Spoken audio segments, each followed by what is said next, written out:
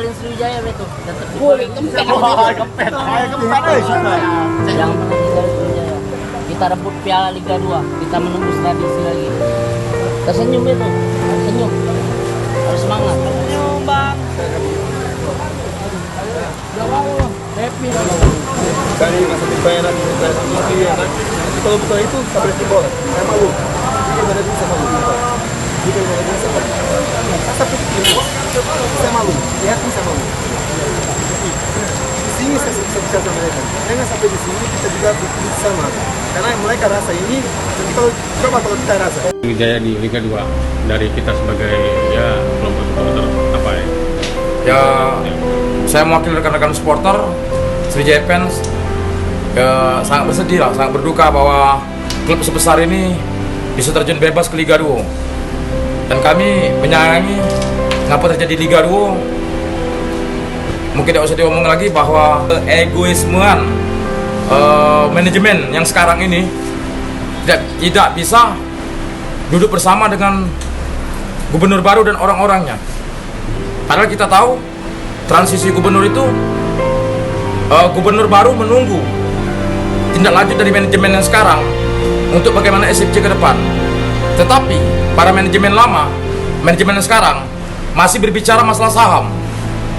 Padahal seharusnya bagaimana untuk menyelamatkan klub ini, karena Sriwijaya FC adalah milik Sumatera Selatan, bukan milik Kota Palembang. Juventus pun pernah mencicipi Seri B walaupun bukan kasus degradasi, dan mereka tetap bangkit. Alangkah gobloknya kita tidak mendukung Sriwijaya FC dalam keadaan terpuruk begini. Kita di sini seleksi alam akan berlaku bahwa yang mana supporter sebenarnya, apakah bertepuk ikut rami atau berbaris ikut panjang. Di sini ketahuan bagi yang supporter sejati. Jadi kami berharap ke depan kepada warga Palembang, kepada warga Sumatera Selatan, Sriwijaya FC tetap kita dukung. Dan kami sangat optimis di Liga 1 di tahun berikutnya. Kenapa? Kami sudah berbicara kepada pendiri Sriwijaya FC Bapak Asrarul Usman. Bapak Asrarul Usman tetap akan mendatangkan pelatih-pelatih berkualitas ataupun pemain-pemain bintang.